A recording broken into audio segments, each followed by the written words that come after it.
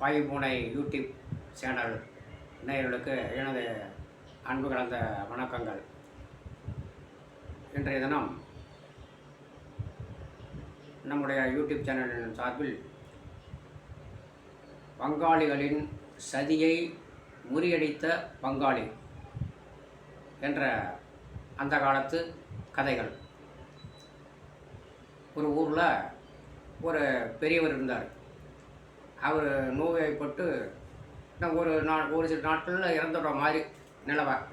அவர் என்ன பண்ணார், அவருடைய பையன் ஒருத்தன், அந்த பையன் பேர் சின்ன பையன் தானே முடியும், அவனுக்கு கல்யாணம்லாம் ஆகிடுது. அவனை கூப்பிட்டாரு. தம்பி, நான் ஒரு வாரத்தில் நேரமாக இறந்துடுற மாதிரி இருக்கேன். நீ எப்படி தான் பழைக்க போறியோ தெரியல. என்னுடைய அண்ணன் இறந்துட்டார். என்னுடைய அண்ணன் அவனு 2 பேர். அவனும் நம்ம மேலே பொறாமை கொண்டவனும். அதனால் நீ அவனெலாம் நீ சமாளிக்கணும்பா. அதனால் உனக்கு புத்தியாக பொழைச்சிக்க. எனக்கு கூட சொத்தை பிரிக்கும் போது எனக்கு பள்ளமான கொள்ளையை கொடுத்துட்டான் எங்கள் அண்ணன். அவன் மேடான கொள்ளையை எடுத்துக்கிட்டான். அதனால் நான் எப்படி என் அண்ணனை சமாளிச்சிட்டேன், நீ அதே மாதிரி நீ அண்ணன் மகனில் சமாளித்து புத்தியாக அறிவை பயன்படுத்தி படிச்சுக்கப்பா அப்படின்னு சொல்லிவிட்டு, அது சொன்ன மாதிரி ஒரு வாரம் கழித்து ஒரு நாட்டில் அவர் இறந்துட்டார். இறந்துட்டு தான் இப்போ என்ன ஆகிடுது, சின்ன பையன் சரின்ட்டு அப்படியே பார்த்துட்டு இருந்தான். அவன் என்ன பண்ணான், கொள்ளையில் போய் மல்லாட்டை போட்டான். அவன் கொள்ளையில், இவன் கொள்ளை பள்ளமான கொள்ளை. அவனுடைய பங்காளி 2 பேரும் அவன் கொள்ளையிலையும் அவனும் மல்லாட்டை போட்டானுங்க. போட்டதும் என்ன ஆகிடுது, அன்னைக்கு ராத்திரி மழை அடிச்சுது. அடின்னு அடிச்சுது மழை அடின்னு அடிச்சு தான் வெள்ளம் வந்தது. வெள்ளம்னா அதாவது தண்ணி. அந்த தண்ணியில் அந்த மேடான கொள்ளையில் இருந்தது பாரு, அதில் இருந்த அந்த மல்லாட்டையெல்லாம் பள்ளமான கொள்ளைக்கு, இந்த சின்ன பையன் கொள்ளைக்கு எல்லா மல்லாட்டையும் மழையில் அடிச்சிட்டு வந்துடுது. ஒரு வாரத்தில் பார்த்தா சின்ன பையன் கொள்ளையில் நல்லா மல்லாட்டை செடி முளைஞ்சிருக்கு. அவனும் இதில் மல்லாட்டை செடி முளையில. அவனுக்கு அவரே ஆச்சரியமாக போயிடுது. என்னடா அது, அவன் நம்ம தம்பி அவன் நிலத்தில் மல்லாட்டை விளைஞ்சிருக்கு, நம்ம நிலத்தில் மல்லாட்டை விளையில அப்படின்னு அவனும் 2 பேரும் பேசிக்கிட்டானுவான். எப்படி நடந்திருக்கும், அந்த மழையில் அடித்து மல்லாட்டெல்லாம் பள்ளமான கொள்ளைக்கு வந்ததுன்னு அவனும் அதை சிந்திக்கல.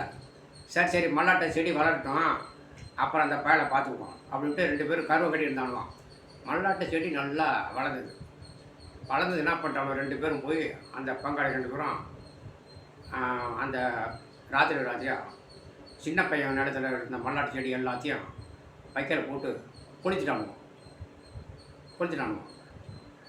அப்புறம் மறுநாள் சின்ன பையன் பார்த்தான், இது நம்ம பங்காளியுடைய வேலை தான், பொறாமையில இது மாதிரி பண்ணிட்டான் அப்படின்னு சொல்லிட்டு அவனுக்கிட்ட நம்மளால் சண்டை போட முடியாது, அப்பா புத்தியாக பொழைச்சிக்கணும்னு சொல்லியிருக்காரு.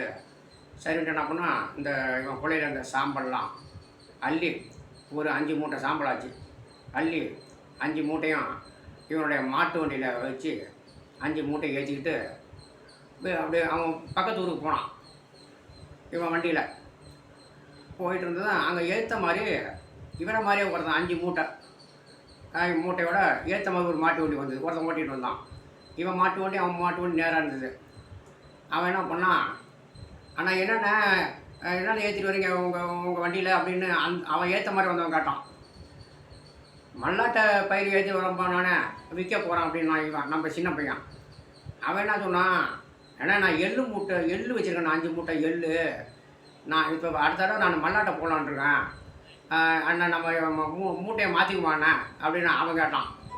இவன் என்ன சொன்னான், மூட்டை என்ன மாற்றிடுது, என் இதில் மல்லாட்டை 5 மூட்டை இருக்குது, உன் வண்டியில் எள்ளு 5 மூட்டை இருக்குங்கிற, அப்படியே வண்டியை மாற்றிக்குவோம், நீ உன் வண்டியை ஓட்டிக்கிட்டு போ, நான் என் வண்டியை ஓட்டிகிட்டு போகிறேன் அப்படின்னு சொல்லிட்டான் சின்ன பையன். அவனை அதானே சரிண்ணா சரின்ட்டு இவன் என்ன பண்ண, சின்ன பையன் ஏற்ற மாதிரி எள்ளு மூட்டை ஏற்றிட்டு வந்தான் பாரு, அவன் வண்டியில் உட்காந்துக்கிட்டு அதை இங்கே ஓட்டி வந்துட்டான்.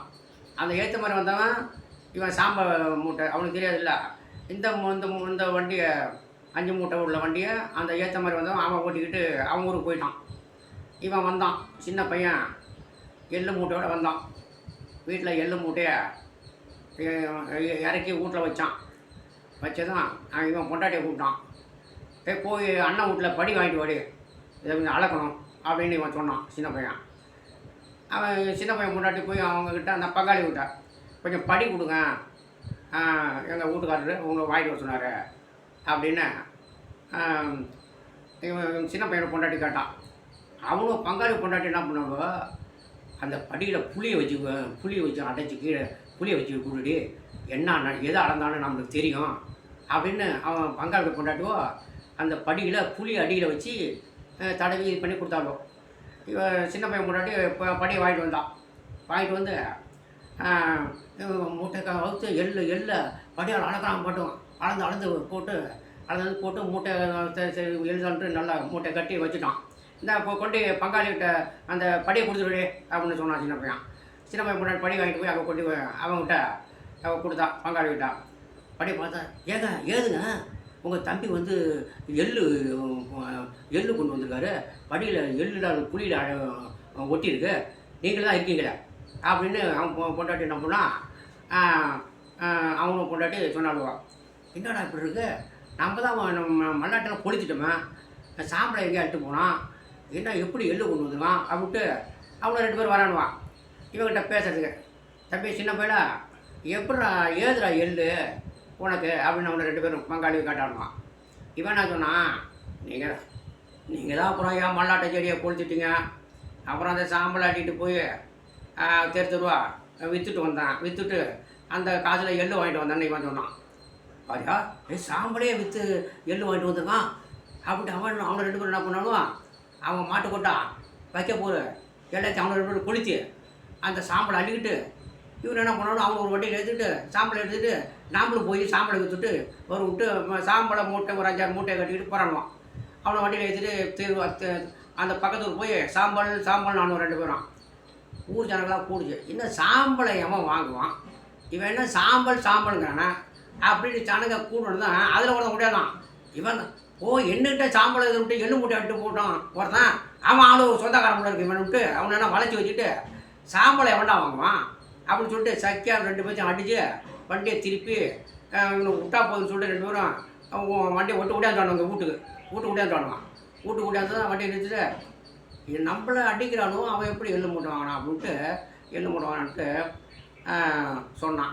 அவனுக்கு கோபம் வருது, இவன் நம்மளை சின்ன பையன் நம்மளை ஏமாற்றிட்டான், இவனை பழி வாங்காமல் விடக்கூடாது அப்படின்னு என்ன பண்ணானோ 2 பேரும் திடீர்னு ராத்திரி விடிய காலம் சின்ன பையனை அந்த பக்கம் வெளியே வரும்போது அப்படியே பிடிச்சி அவனை ஒரு மூட்டையில் கட்டி 2 பேரும் அவனை தூக்கிட்டு போகிறானோ, அவனை வந்து பொடித்துடணும் அப்படின்னு சொல்லிட்டு 2 பேரும் பங்காளியோ சின்ன பையனை ஒரு சாக்கில் கட்டி கொள்ளைக்கு தூக்கிட்டு போகிறானோ.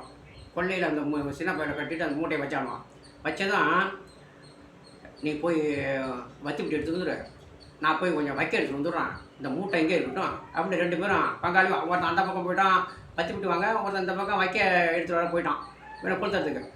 அந்த நேரம் பார்த்து ஒரு 7 ஆடு ஓட்டிக்கிட்டு ஒரு ஆள் வந்தான், ஆடு மேய்க்க வந்தவன்.